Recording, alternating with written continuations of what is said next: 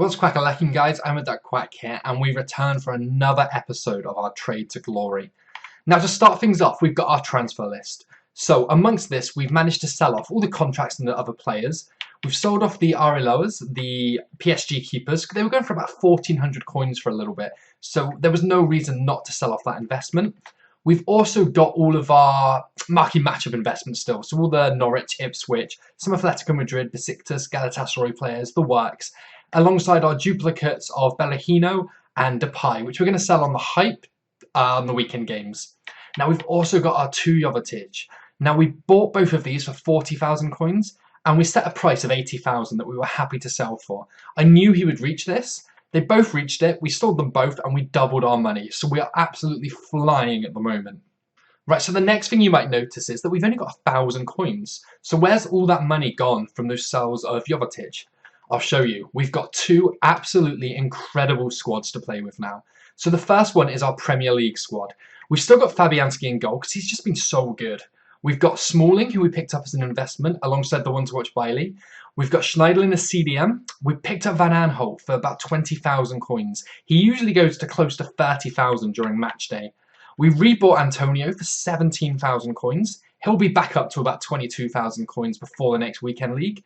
We've kept Faguli.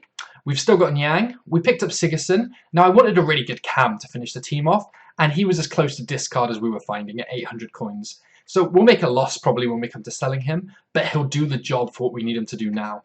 We've still got Bellahino, and of course we've got the Gabbiadini that we picked up for 63,000. He's currently hovering between 65 and 70,000, so we're already making a profit on that guy. Obviously, we don't just have the one team, we also have our second team as well. So if we jump into this one, we can see a lot of changes. So to start with, I've picked up a back line of mainly Calcio Juventus players. We picked up Dani Alves, Bonucci, and Buffon.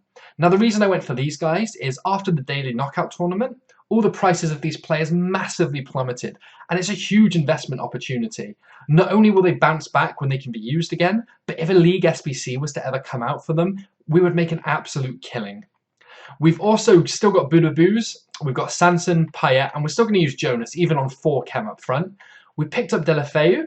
He was going for 28,000. He usually reaches about 38,000 before match day, so he's an absolute steal.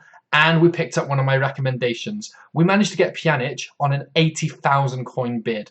He's already up to about 90,000, but I know that this guy is insane, and I just can't wait to use him in my squads. Right, guys, so the final thing we did with our coins is we did the Marquee Matchups Challenge. Now, if we jump in here, we can see that the first thing we did was Man City against AS Monaco. And all in all, for all of these challenges, we spent about 27,000 coins. So not only do we get a heap of packs for this, but we also get a few thousand coins back as part of the rewards. The way that I built these teams as well, we didn't need any loyalty, which is a huge bonus because it's so time consuming to actually dashboard method those games. And even a couple of the players were from our club, just from the bronze pack method. So it saved us a few hundred again. So all in all, we're probably guaranteed to at least break even on these, hopefully making a profit if we get just a little bit of pack luck for once. Right, guys, so you know the drill. We start with the smallest pack here, our 2 rare gold players pack. Now, we're still yet to have a single walkout on this account, and I'm hoping that this could change pretty soon. I'm pretty sure that Silver's actually upgraded. I don't think it's going to make him worth anymore, and I think he's a new transfer as well. I don't think either of them will be more than discard, but that's still 1,300 coins, 1,400 if they sell for a tiny bit more on the market. We then jump into our first 15k pack. There's no walkout again, but I didn't expect one. We do get 2 rare players, and one of them's a CDM. We do get Henderson. He might actually slot into one of our Premier League teams at some point. As a Liverpool fan as well, I'm pretty happy with that. We get some guys from other leagues that might sell, and we do get a centre-back from Besiktas as well, who we are planning on keeping anyway for these marquee matchups. Alongside that, we get a huge bunch of contracts, fitness cards, squad fitness. We get a hunter card. That is insane. We might not be packing the big players, but these hunter cards, I'm pretty sure, are still extinct on the market. Basically, if we're listing that for 5,000 coins, it is going to sell for 5,000 coins. That's awesome. We're going to make about 10,000 coins from that pack, which massively helps already recover our coins. Then we come into the second 15k pack. Again, no stutter, no flare that's of any kind of value. 3 tiny flares actually, but it's 3 rare gold players, and all of these rare gold players really do add up. We've got no one of value there. We do have a goalkeeper from the Turkish league. We'll check his price. Just any rare silver players are always worth having a look at. Maybe 400 coins. We'll send them to the club for now, though. We'll list them all up later. Keep all the contracts. We'll keep the fitness as well, and nothing else at the end, annoyingly. So that's not a fantastic 15k pack, but the first one was just so good that we can't complain. So we've just got our 2 packs left. We're going to start with the 25k pack. Again, no stutter. The flares was just a tiny bit bigger than before. Is that Raphael? It is Raphael, an 82 rated centre forward. That's not what we want to see. Someone like Kante in the pack would have been amazing, but we get no kind of joy like that, sadly. Looking down here as well, we do get someone from the Eredivisie League. He is a striker though, so I'm guessing we'll maybe get 200 coins for him. 400, yeah, 200 coins. We'll list him up for 200 coins though. 200 coins is 200 coins at the end of the day. The Hunter card just sold, as you saw, and we move on to our 45k Prime Gold Players pack. Of course, the flares are tiny. We do get, is that DeMarcos? It is DeMarcos. It's not a bad pool. He might be worth a little bit because of the weekend league requirements and being a pretty good right back. We really don't get much in this pack at all. It's basically all discard. So we're all kind of in, hoping that this Celtic centre attacking mid sells for a couple of thousand coins. 1,300. Even at 30, even if he sells for 1,100 coins, I'm going to be fairly happy with that actually. And was he a duplicate? If he was a duplicate, it means we've got another one in the club to sell. Well, all in all, I'm pretty disappointed again with those packs. After we've sold everything, we should almost definitely at least make our money back. Hopefully a little bit of profit. But what we're going to do now is just jump straight into a game. So we come into the first game of the episode, and this guy's team looks absolutely stacked. Dybala, probably my favourite striker on the game, playing up front alongside Hazard and Cuadrado. Then Nainggolan, Dembele, and the man of the match from Burnley, isn't it, in midfield. Then at the back he's got the likes of Miranda, Sandro, Macon, and he's even got Handanovic. This is going to be so hard for us. But we do have our new awesome superstar Premier League team that's going to get their first run out today. Gabbiadini holds. He sees the run from Bellahino. Is Bellahino onside though? I don't think he is. Oh, he's not onside. That's so frustrating. Bellahino picks up the ball. He's waiting for Sigurdsson to make the run. Sigurdsson shoots. Sigurdsson scores on his debut, and we go 1-0 up after 22 minutes. Sigurdsson. He plays it back into Bellahino. Gabbiadini on the ball. Gabbiadini waits, holds it up for Sigurdsson. Sigurdsson to make it 2 on his debut, and Sigurdsson does. We have a team full of expensive players. Yeah, our 800 coin Sigurdsson is what forces the rage quit. We've been all over this guy though, so it's been a long time coming, and it's 3 points that we really deserve, and we need as well. Every time we come back down to this division, we always get promoted again, but it's a pain because Division 4 just seems to be too tough for us. But with this new team, I really feel like we can actually counter it now and make some progress with this. Right guys, so as you can see on our transfer list, we've got 17 spare slots. I've still got all that stuff from those packs to sell in my club, but that's something I can do at another point. So what we're going to do now is we're just going to go back to basics. We're going to start using the bronze pack method again.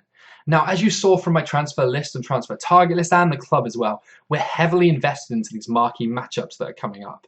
So come tomorrow, either they're released and they have our teams in them, or they're not, and then they don't have our teams in them. We sell them on, we discard them, we do whatever we want to do. But either way, we're going to clear up some space. Then, on Saturday, all of the matches take place. So when all these matches are taking place, we're going to be selling on these one-to-watch cards based on the hype, and we're going to be guaranteeing ourselves profit from these.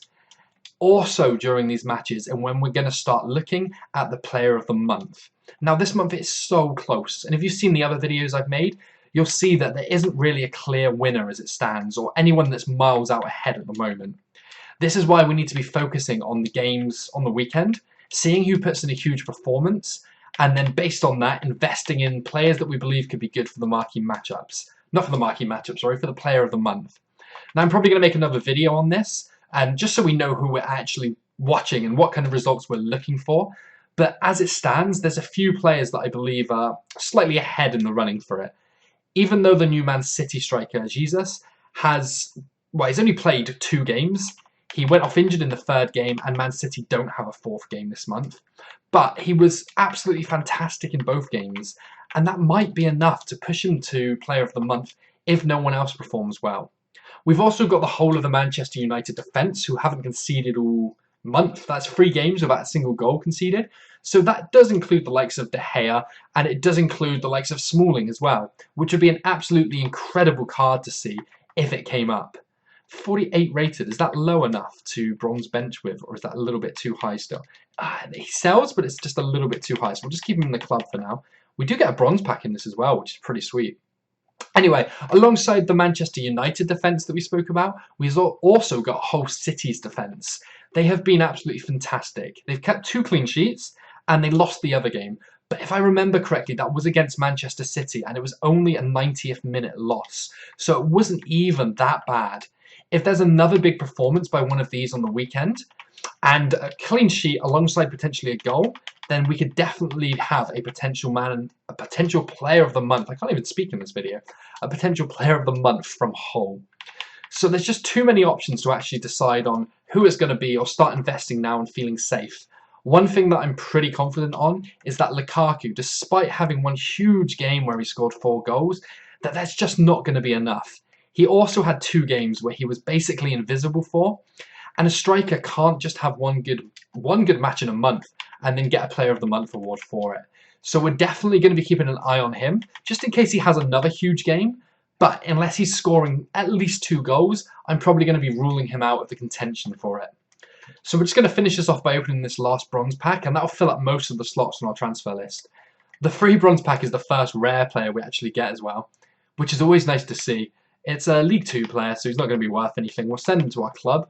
We'll list up the fitness, and who's the player at the end here? He is from the Russian league, so I'm sure we will list him up at least for 200 coins. Those bronze packs are actually pretty poor to us. We probably spent around, oh, is he going at 200? Probably spent around 3,000 coins on them, and we got very little back. We might break even after everything's sold, but that would be the absolute best. But sometimes you go through periods of opening these packs, and they just don't pay off. It's more about the long-term goal, the long-term gain from them even. So what we're going to do is jump into one more game, and then we're probably going to end the video there, just because all our money's tied up in investments, and there's so many big events coming up over the next few days. So we come into this game, and it's a very standard Premier League team. It's what you'd expect. We've got the likes of Sturridge and Vardy up front. We got Smalling and Bailey in defence, Kante holding down the midfield. It's going to be another tough game, but based on how well we played last team and how strongly the team performed, I feel like we can take this guy. Sturridge picks up the ball. He plays a fantastic over-the-top ball through to Vardy, and Vardy makes it 1-0 despite the little bit of lag. It's a fantastic ball in, and it's an even better finish. We can't even be mad. 2 minutes in, we're 1-0 down, but what a goal. Feghouli picks it up on the edge of the box. Back into Niang. It finds Berahino. Berahino turns. Berahino shoots, and the save by Cech is absolutely incredible. A one-handed save in the bottom corner. But that corner in's fantastic. It's straight into the hands of Cech again, though. Antonio should have done better. That's one hell of a ball through to Vardy. We're in serious trouble unless Antonio can make some huge ground back. Vardy shoots. Vardy scores. 2-0 after just a poor touch by Berahino. Puts us in a lot of trouble. Sturridge whips a ball in. Should be Fabianski's all day long. Fabianski moves out to the ball, turns round, looks into the goal, and then watches it go in. Fair play. I mean, I don't even know what to say. So the second game, it wasn't even close, to be honest. We didn't create chances. We had 1 or 2, maybe. He was all over us. He deserved to win. 3-0 is a fair result, even if Fabianski just watched a corner fly over his head. Right, guys, so like I said, we're going to end the episode there. We've got a ton of investments that we're waiting to sell on the weekend, and then we've also got marquee matchups to look forward to, alongside the Player of the Month to start investing in. A lot of stuff to talk about in the next couple of episodes.